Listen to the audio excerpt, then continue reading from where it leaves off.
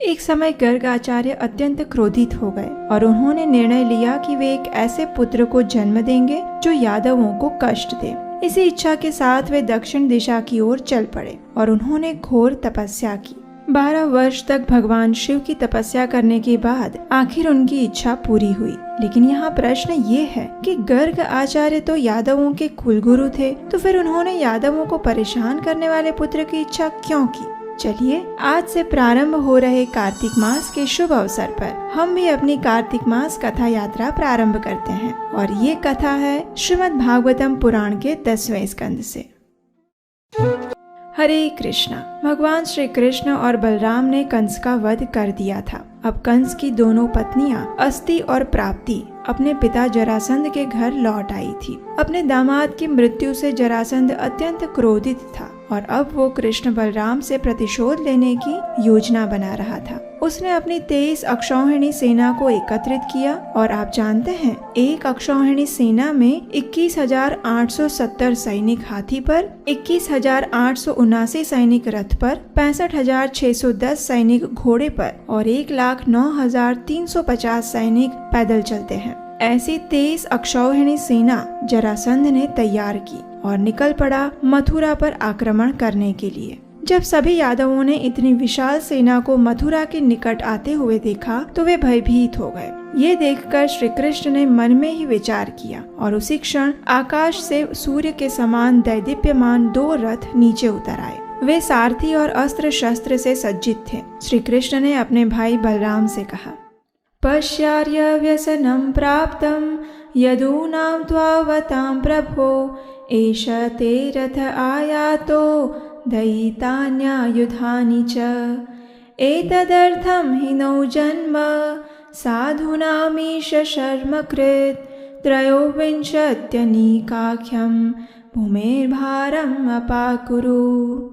हे मेरे बड़े भैया, यदुवंशियों के ऊपर मंडरा रहे इस खतरे को देखिए और ये देखिए, आपके प्रिय अस्त्रों के साथ आपका रथ भी सुसज्ज होकर खड़ा है। हम अपने भक्तों की रक्षा के लिए अवतरित हुए हैं। चलिए इन 23 सेनाओं को नष्ट करके पृथ्वी के इस भार को कम करते हैं। इतना कहकर कृष्ण बलराम ने अपना कवच पहना और एक छोटी सी सेना लेकर नगरी से बाहर आ गए। अपने सारथी दारुक के साथ सीमा पर पहुंचकर कृष्ण ने अपना शंख बजाया और शत्रु सेना भय से कांप उठी।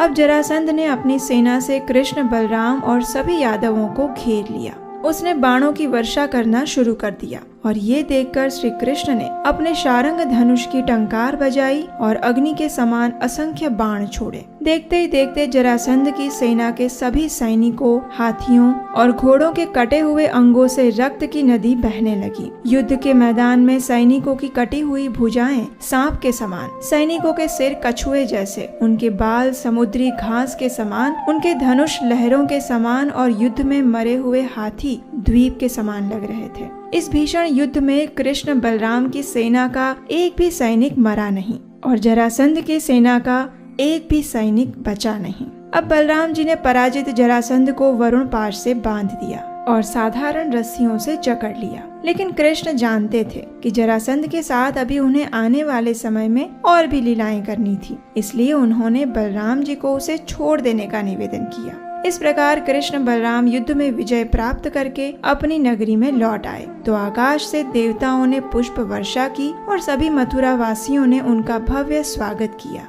उनके ऊपर सुगंधित जल का छिड़काव किया गया और संपूर्ण राज्य में उत्सव का वातावरण छा गया। अब देखिए, आप समझ सकते हैं कि जरासंध जैसे महान योद्धा के लिए इस प्रकार छोड़ा जाना ये अपमान मृत्यु के जैसा था। इसलिए जब कृष्ण बलराम ने इस प्रकार उसे अपमानित करके छोड़ दिया तो वो अपने राज्य वापस जाने के बजाय सीधा जंगल की ओर चल पड़ा तपस्या करने के लिए। लेकिन रास्ते में उसे अपने कुछ मित्र मिल गए और उन सब ने उसके अहंकार को उत्तेजित करते हुए कहा, अरे अरे मित्र, तुम्हारी ये पराजय तुम्हारी निर्बलता के कारण नहीं हुई है। तुम तो एक महावीर योद्धा हो। ये तो तुम्हारे किसी पूर्व कर्म का परिणाम था जो तुम कृष्ण बलराम जैसे बच्चों से हार गए। इसलिए निराश मत हो, दोबारा अपनी सेना खड़ी करो और पुनः आक्रमण करो। जब जरासंध ने अपने मित्रों के ऐसे वचन सुने तो उसे सच मानकर वह वापस अपने राज्य में लौट आया और फिर से उसने मथुरा पर आक्रमण करने की तैयारी करना शुरू कर दिया। इस प्रकार जरासंध ने 17 बार मथुरा पर चढ़ाई की और हर बार उसे पराजित होकर उल्टे मुंह वापस लौटना पड़ा।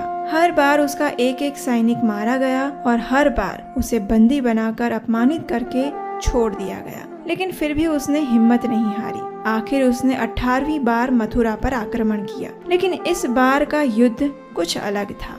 इस बार मथुरा पर दोनों ओर से संकट मंडरा रहा था। एक ओर से जरासंध अपनी सेना को लेकर आ रहा था और दूसरी ओर से काल यवन नामक एक राजा ने भी अपने 3 करोड़ सैनिकों के साथ मथुरा पर चढ़ाई कर दी थी। अब आप सोच रहे होंगे कि यह अचानक काल यवन कहाँ से आ गया और कौन है वो? तो उसके पीछे भी एक इतिहास है। एक समय क्या हुआ कि यदुवंश के कुल पुरोहित गर्ग आचार्य के बहनोई ने उन्हें नपुंसक कहकर उनकी निंदा की। उस समय सभी यादव भी वहां उपस्थित थे। गर्ग मुनि के बारे में ऐसे वचन सुनकर वे सब हंसने लगे और ये देखकर गर्गाचार्य को बड़ा क्रोध आया और उन्होंने तय किया कि अब वे एक ऐसे पुत्र को जन्म देंगे जो कि यादवों को आतंकित करेगा।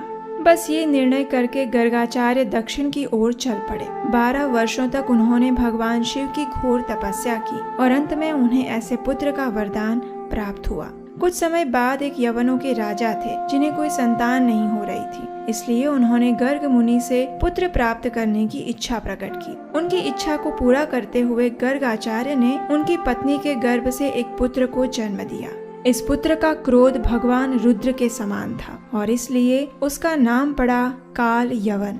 वो अत्यंत शक्तिशाली था। कोई भी राजा उसके सामने युद्ध करने का साहस नहीं करता था। इसलिए एक समय काल यवन ने नारद मुनि से पूछा, इस पृथ्वी पर सर्वाधिक शक्तिशाली कौन है जिससे मैं युद्ध कर सकूं?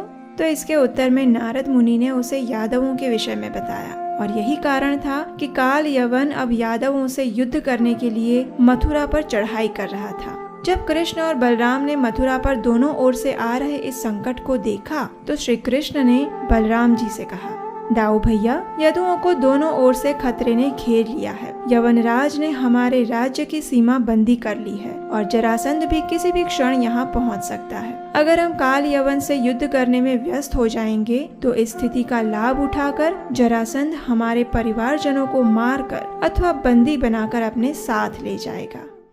तस्मादद्य विधास्यामो दुर्गम द्विपद दुर्गमं तत्र ज्ञातिं समाधाय यवनं घातयामहे।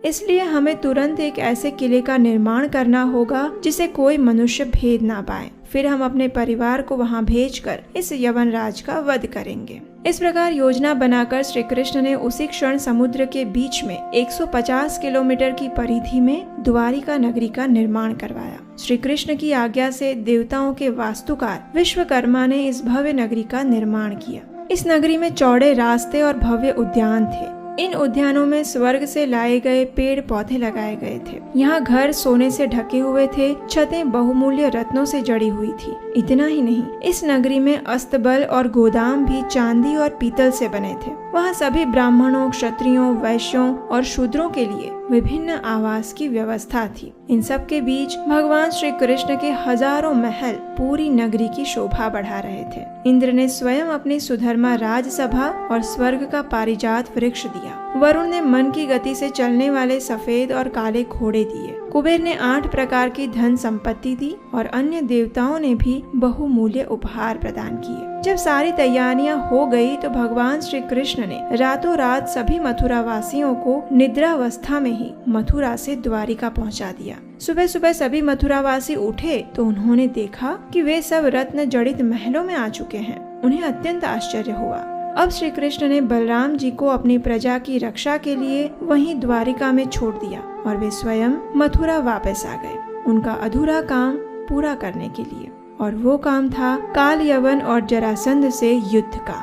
लेकिन आखिर कृष्ण अकेले इन दोनों से कैसे युद्ध करेंगे, ये हम जानेंगे इस कार्तिक मास कथा के अगले भाग में। चलिए अब इस बार की हमारी प्रत्येक कार्तिक कथा यात्रा में आप सबके लिए एक सरप्राइज रहेगा, और वो है कथा के अंत में एक प्रश्न जिसका उत्तर आपको हमें नीचे कमेंट बॉक्स में देना होगा। इससे ये पता चलेगा कि आपने इस कथा को कितने ध्यान से सुना है। तो आज का प्रश्न है, भगवान श्री कृष्ण के धनुष का नाम क्या था? अगर आपने इस कथा को ध्यान से सुना है तभी आप उसका जवाब दे पाएंगे। अगर आपको ये कथा अच्छी लगी है तो इसे अपने सभी परिवार और मित्रों को शेयर कर दीजिए। इस कार्तिक मास में प्रतिदिन ऐसे ही प्रमाणभूत श्रीमद् भागवतम कथा सुनने के लिए याद से आपके अपने इस चैनल उपदेशाष्टकम को सब्सक्राइब कर लीजिएगा। अगर इन वैदिक कथाओं के प्रचार कार्य में आप हमारा सहयोग देना चाहते हैं तो स्क्रीन पर दिए गए नंबर पर अपना आर्थिक योगदान भेज सकते हैं। आपके सहयोग से हमें आने वाली कथाओं को बनाने में सहायता मिलेगी। तो चलिए परम भगवान श्री कृष्ण को प्रिय इस कार्तिक मास में अधिक से अधिक भगवान श्री कृष्ण की कथाओं का श्रवण और चिंतन करते हैं और अपने मन तथा चेतना का शुद्धिकरण करते हैं। जय राधा माधव कुंज विहारी गोपी जन वल्लभ गिरिवरधारी। जय राधा माधव कुंज विहारी गोपी जन वल्लभ गिरिवरधारी। यशोदानंदन व्रज जन रंजन यशोदानंदन व्रज जन रंजन। यमुना तीरवनचारी यमुना तीरवनचारी। जय राधा माधव कुंज विहारी गोपी जन वल्लभ गिरिवरधारी। हरे कृष्णा।